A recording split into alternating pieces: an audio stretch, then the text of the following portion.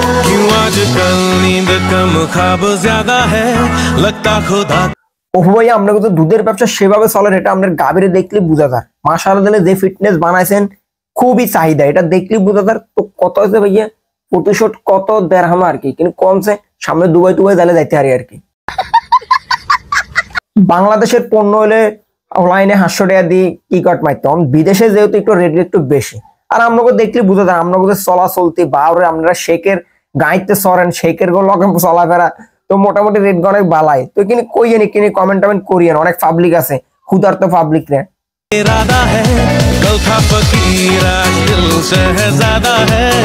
ভাইয়ের এমন একটা অবস্থাতে আছে, এমন ব্যবসায় থাকে মনে হয় যে এটা কোনো শেখের একমাত্র হলা। খালি আর বন্ধুর কাছে শুনি দেন দুবাইতে এটা কোনো কিছু নাই, ভাত খাইতে আর নিয়ে খাইতে পারেন না।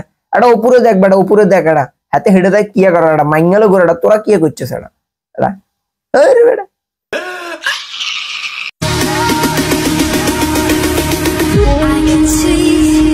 আসসালামু আলাইকুম ভাইয়া। তো আমরা কোন শেখের হলা আর তো এই জিনিসটাই বুঝিয়েন না। আজীবন দেখছি যে বাংলাদেশে ল্যাংড়ামি করে বেড়াইছেন, অন হেঁটে আমরা কোন শেখের হলো হয়ে গেলেন।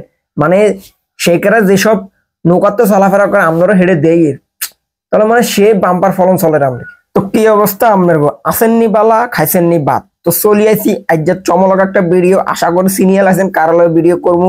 আমরা বিখ্যাত অপু ভাইয়া, সে আগে বাংলাদেশে ছাগলামি করছে, এখন সে দুবাইতে ছাগলামি করেন। আর সে একা না, তার সাথে আছে বিখ্যাত দুধ ব্যবসায়ী গাভীর সাথেও আজকে পরিচিত করাই দেব। তো ভিডিওকে অবশ্যই শেষ পর্যন্ত দেখবেন, দেখতে দেখতে চ্যানেলটা সাবস্ক্রাইব করবেন, পেজটা ফলো করবেন, ঠিক আছে নি? শুরু করিয়ে।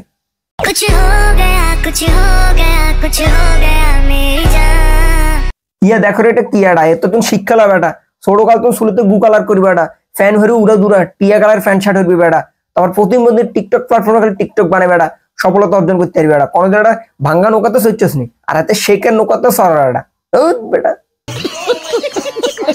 কিন্তু ভুলেও এতের মতো গাভী রেখে দুধের ব্যবসা করিচ্ছে, সেটাতে কিন্তু বেজাল।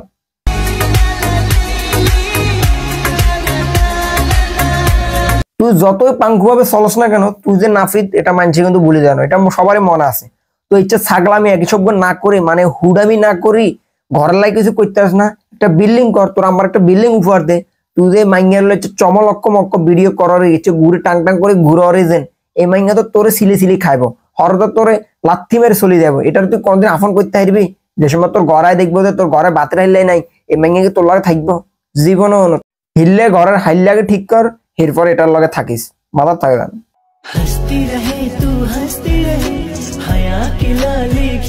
আমরা বাংলাদেশের ইয়াং স্টারের মধ্যে ধনী হলা কিন্তু আমরা তৈদ আফ্রিদি আসিল। তো হেতরা দেখলাম না যেন এতে ছাগলামি করতো, আর এতের ঘরের নাই ভাতের হাইলে। কিন্তু দেখছেন নি এতের মানে কি চলা চলতি মানে ইয়ে কইতাম মানে কিছু একটা আগে ভাতের হাইলা বানা, তারপর এগেন কর, আগে ভাগে এগেন করিচ্ছে হরাই এমু হারাবি হেমু হারাবি, ঠিক আছে নি? এই যে চার ঘরে ভাতের হাইলে নাই আই কেছে ফুডামি করি এর আয় তো বুঝি আর ভাই আর ঘরে ভাতের হাইলে না আই কিলে তো ফুডামি করবো। তো তুইও করিচ্ছে ভাই, আগে ঘরের ভাতের হাইলে ঠিক কর, এরপরে করিস।